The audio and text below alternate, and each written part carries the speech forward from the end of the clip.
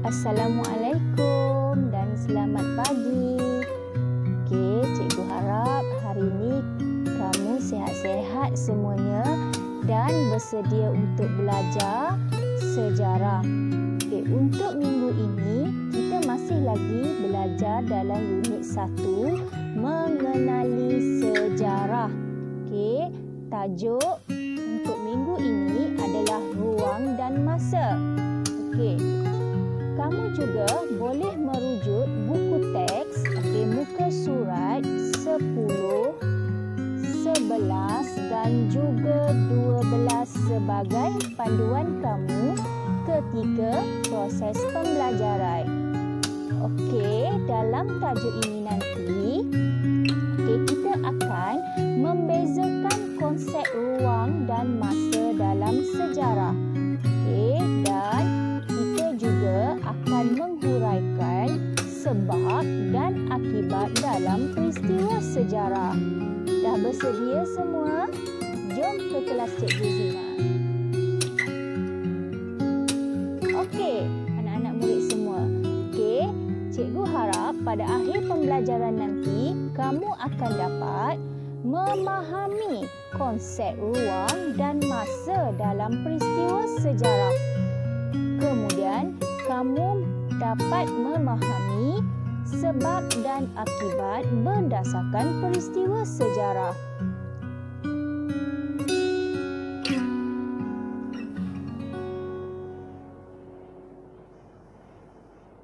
Apa yang dimaksudkan dengan ruang masa? Ruang masa mengikut Kamus Dewan Bahasa ialah ruang, yang mana ruang itu adalah jarak antara dua benda, manakala masa adalah waktu. Jarak antara dua benda dan waktu.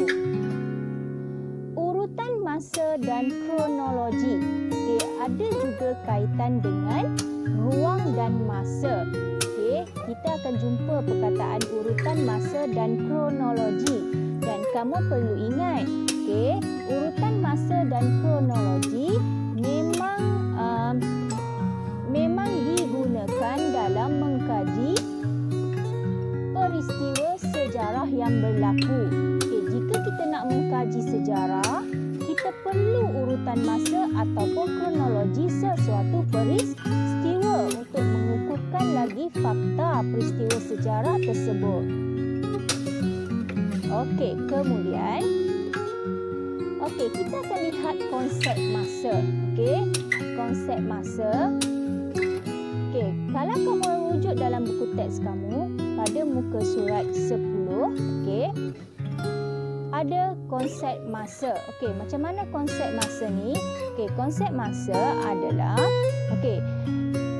terbahagi kepada dua zaman, iaitu zaman sebelum Masihi dan juga zaman selepas Masihi.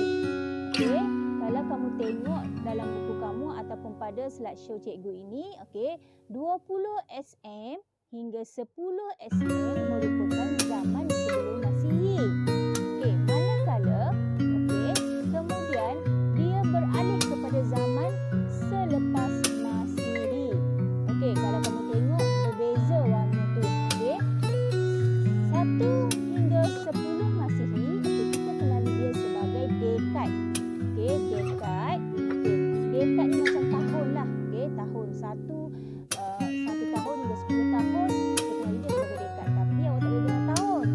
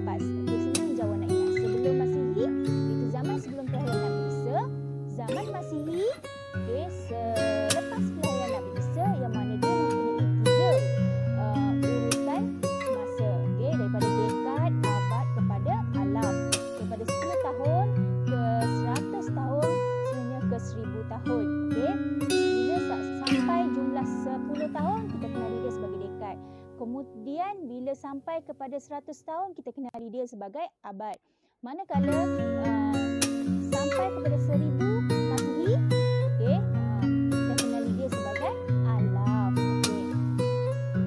Faham okey, kita pergi kepada seterusnya. Kronologi peristiwa sekolah saya. Okey, ini yang cikgu kata urutan masa tadi. Okey, kronologi peristiwa, urutan peristiwa. Okey, setiap peristiwa yang berlaku di sekolah ada kronologinya, ada urutan masanya. Okey, urutan masa dia kena mengikut urutan yang betul lah. Okey, tak boleh lah daripada kita kira daripada bulan September dulu kemudian Januari, kita ikut urutan masa. Okey, bermula dengan persekolahan. Okey, bulan 1, okey, persekolahan bermula iaitu bulan Januari. Kemudian masuk bulan Februari, hari sukan sekolah. Okey, kemudian pada bulan April berlakunya hari kantin di sekolah. Kemudian pada bulan Ogos adalah sambutan hari kemerdekaan. Seterusnya pada bulan September hari anugerah kecemerlangan. Jadi kamu tengok kat situ, okey, urutan masa dia daripada bulan Januari, Februari, April, Ogos dan juga September. Okey, ini adalah kronologi peristiwa yang berlaku di sekolah sepanjang tahun. Okey, kita pergi seterusnya pula adalah sebab dan akibat. Okey, peristiwa. Okey, sebab dan akibat. Okey. Peristiwa adalah kejadian berlaku. Okey, peristiwa yang berlaku adalah hari kecemerlangan akademik. Kenapa peristiwa ini berlaku? Mesti ada sebab dan akibatnya. Okey, sebab dia terjadinya peristiwa ini adalah untuk menghargai murid yang cemerlang dalam bidang akademik. Apa akibat daripada sebab tadi? Murid akan belajar dengan tekun. Jadi, wujudlah peristiwa hari kecemerlangan akademik bagi menghargai murid yang cemerlang dalam bidang akademik. Okey, awak faham macam ni ke? Peristiwa itu terjadi, mesti ada sebab dan akibat dia. Okey, cikgu bagi satu lagi contoh. Okey, ini adalah peristiwa yang terjadi dalam negara kita. Okey, peristiwa dia adalah negara kita mencapai kemerdekaan Persekutuan Tanah Melayu pada tahun 1957. Okey, kenapa peristiwa itu terjadi? Kenapa kita mendapat kemerdekaan pada tahun 1957? Okey, sebab pada waktu itu adalah British menjajah Tanah Melayu. Okey, bila Tanah Melayu kita dijajah oleh British, okey, rakyat berjuang untuk membebaskan Tanah Melayu daripada penjajah. Okey, bila dia dah berjuang, okey, berjuang untuk bebaskan Tanah Melayu daripada penjajah, maka okey, terjadilah peristiwa yang mana kita mencapai kemerdekaan. Jadi kat sini peristiwa kemerdekaan tadi, okey, kita kecapi daripada sebab dan akibatnya. Okey, faham semua? Okey, sebab dan akibat ni akan menimbulkan perasaan ingin tahu tentang sesuatu. Okey, contohlah kalau berlakunya peristiwa hari jadi awak lah. Awak nak tahu juga kenapa setiap tahun ibu dengan ayah awak akan sambut hari jadi awak. Kenapa? Okay, sebab kamu dilahirkan pada tarikh tersebut untuk memperingati hari lahir kamu. Jadi wujudnya peristiwa ataupun kejadian sambutan hari jadi. Okey, faham? Okey, cikgu bagi contoh macam tu dekat faham. Okey, kamu juga ada peristiwa yang menggembirakan dalam hidup kamu. Okey, jadi daripada peristiwa tersebut kita akan dapat iktibar dan pengajaran. Okey, kalau hari jadi tadi, okey, peristiwa hari jadi, apa iktibar dan pengajaran yang kamu dapat? Apa yang kamu dapat? Kita kena menghargai kasih sayang yang diberikan kepada kita. Apa pengajaran yang kita dapat daripada peristiwa itu? Okey,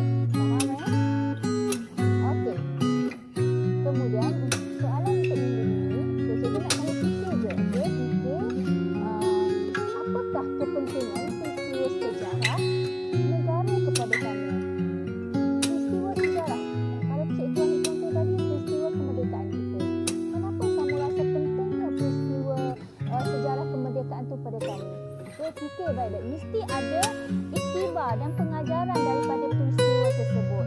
Okey. Fikirkan. Okey. Cikgu ingat bila kita dapat ber-Google Maps nanti, okey, cikgu akan menyusun balik soalan-soalan yang cikgu paparkan dalam video. Okey, semoga kita berjumpa lagi pada kelas yang akan datang.